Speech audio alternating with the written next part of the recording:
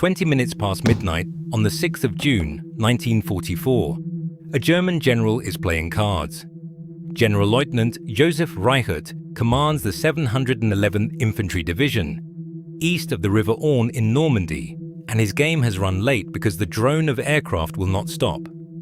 The planes are flying so low he will remember that the men had the feeling they might almost touch the roof. Then the engines change pitch, and the sky over his headquarters fills with parachutes. Within minutes, British paratroopers are landing on the lawn of a German divisional headquarters. His clerks are firing into the dark at their own returning patrols, and 2 captured Englishmen are standing in front of the general's card table. Asked what exactly they are doing here, one of them, by the accounts the survivors gave afterward, apologizes. "Awfully sorry, old man, but we simply landed here by accident. The invasion of Europe has just arrived on a card table, and for the next 10 hours, the most disciplined military machine in the world is going to do something almost impossible to believe. It is going to watch the largest invasion fleet in human history arrive, warning by warning, screen by screen, phone call by phone call, and refuse to believe it. This is the story of the German officers who saw D-Day coming, and of the wall, one desk up, where every single warning went to die. Because the strangest part of this night is that Germany was holding the Allies' own starting gun. 5 months earlier, in January, the head of German military intelligence had briefed a lieutenant colonel named Helmuth Meyer, the intelligence officer of the 15th Army on the Channel coast, on an extraordinary secret. When the invasion came, the BBC would alert the French resistance with 2 lines of poetry, read out among the evening's coded messages. 2 lines of Verlaine, the long sobs of the autumn violins.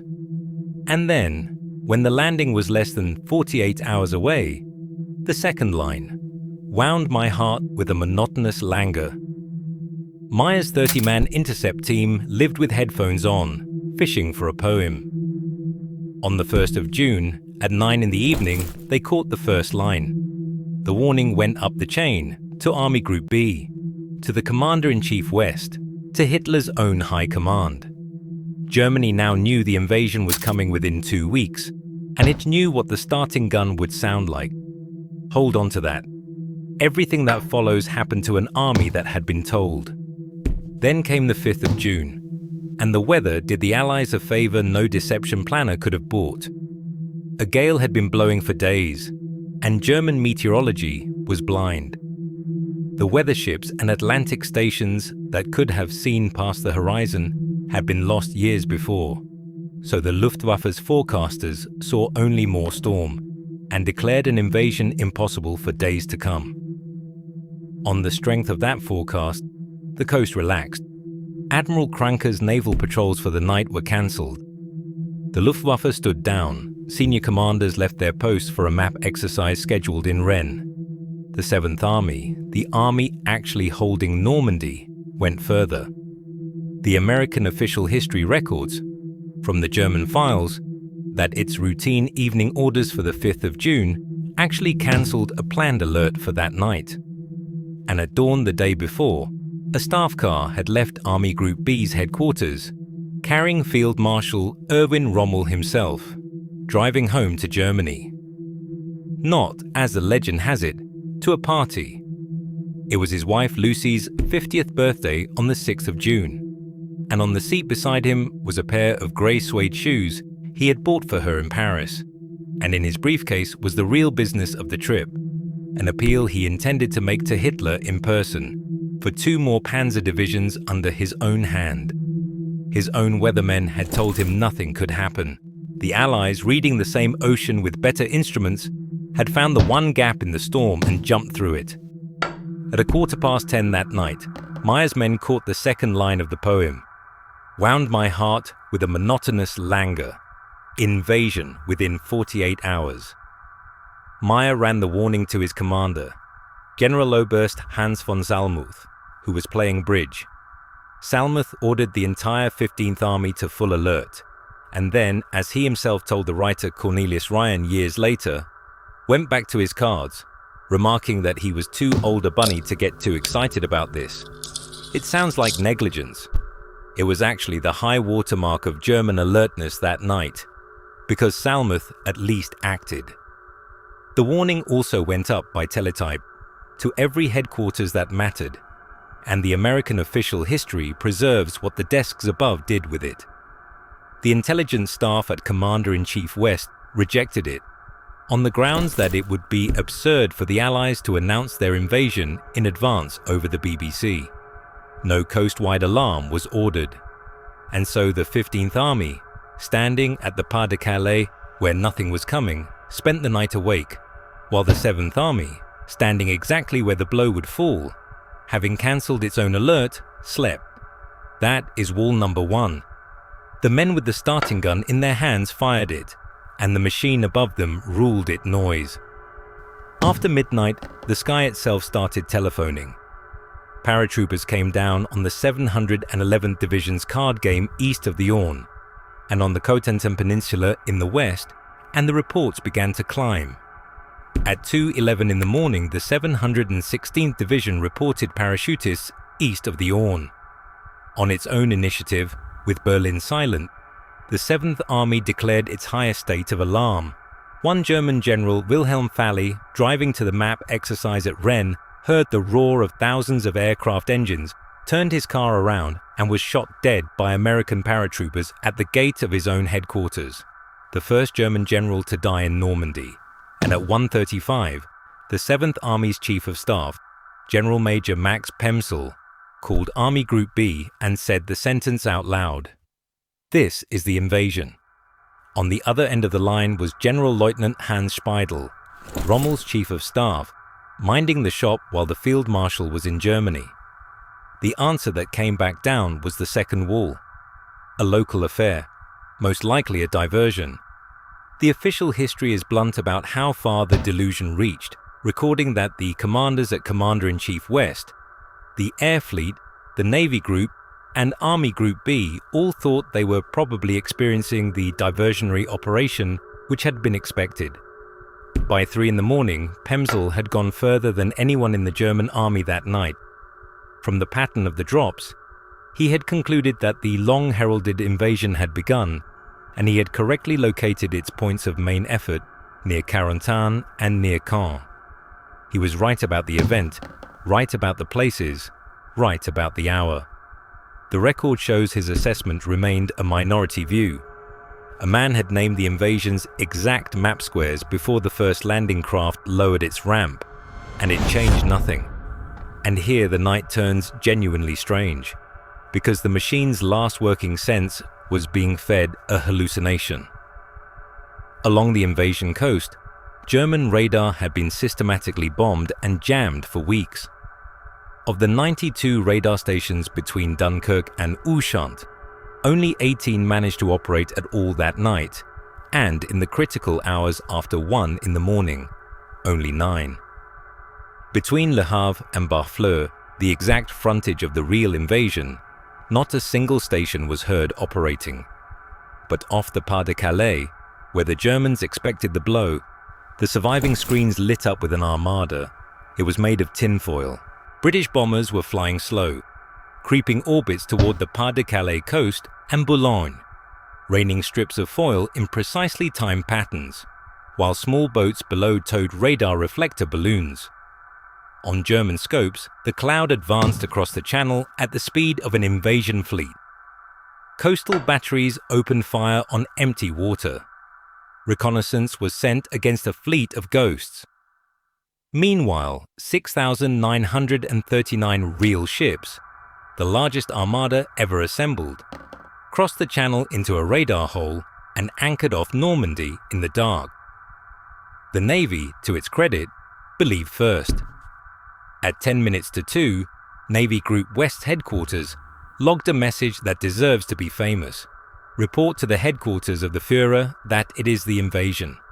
Which brings the story to the only decision that night that could still have changed the battle, and to the third wall.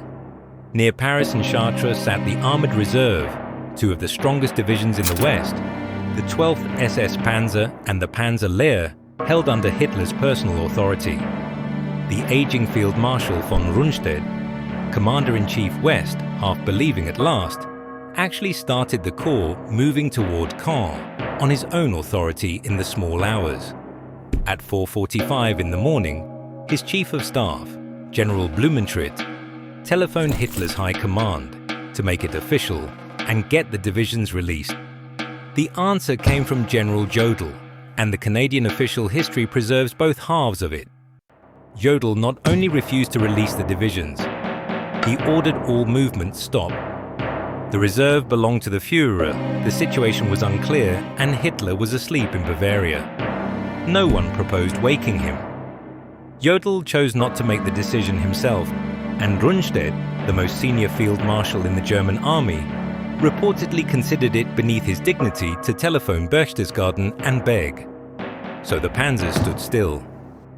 In the assembly areas of the 21st Panzer Division, closer to the beaches, a tank wireless operator named Werner Kortenhaus lived out the freeze at engine level, and his account survives.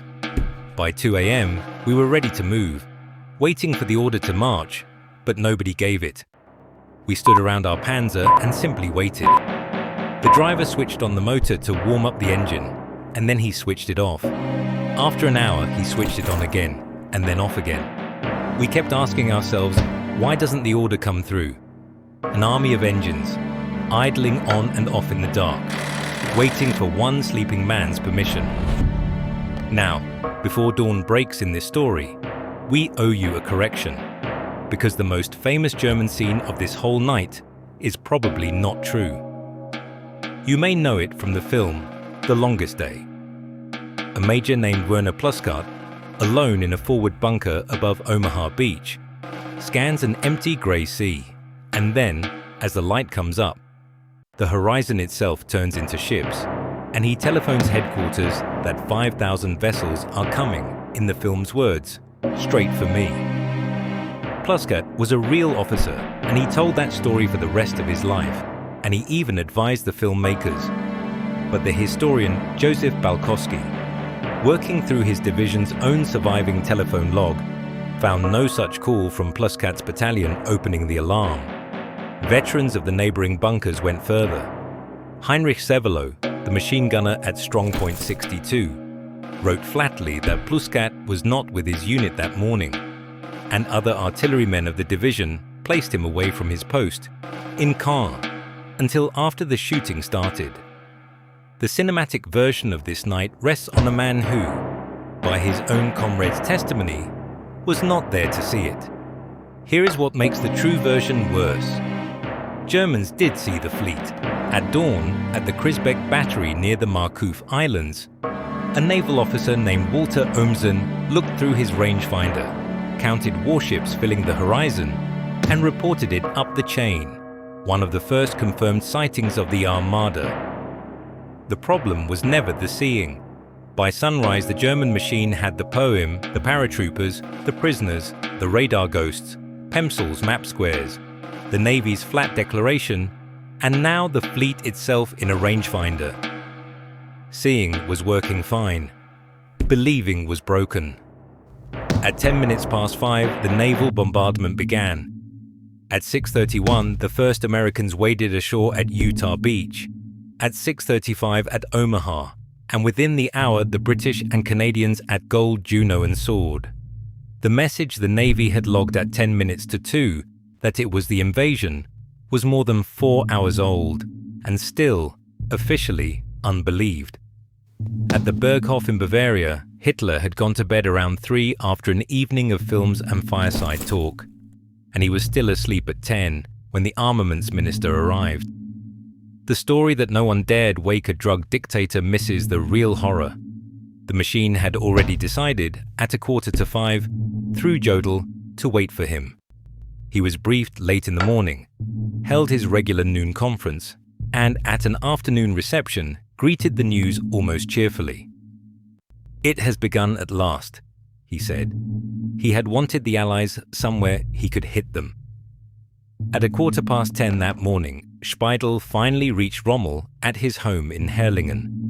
The field marshal who had preached for a year that the invasion must be smashed on the beaches in its first hours, listened to what had happened and to what had not been released, and his aide remembered him saying quietly, "How stupid of me. How stupid of me." He was in his car by early afternoon. Hitler had forbidden him to fly. He would not see his own battle until 9:30 that night. The permission finally came in the middle of the afternoon. Roughly 10 hours after Blumentritt's 4:45 request, the High Command released the Armored Reserve, and the 12th SS Panzer Division moved off toward the coast around 5 in the evening, into a sky that the delay itself had handed to the Allied fighter bombers. The Panzer Lehr, ordered to march in daylight over its commander's protest, was mauled on the open roads before it ever saw the beachhead. Only the 21st Panzer, the division that had idled its engines all night, was close enough to strike that day. And even it was first pointed east at the paratroopers, then re-aimed west at noon, then forced to squeeze for hours through the burning rubble of Caen.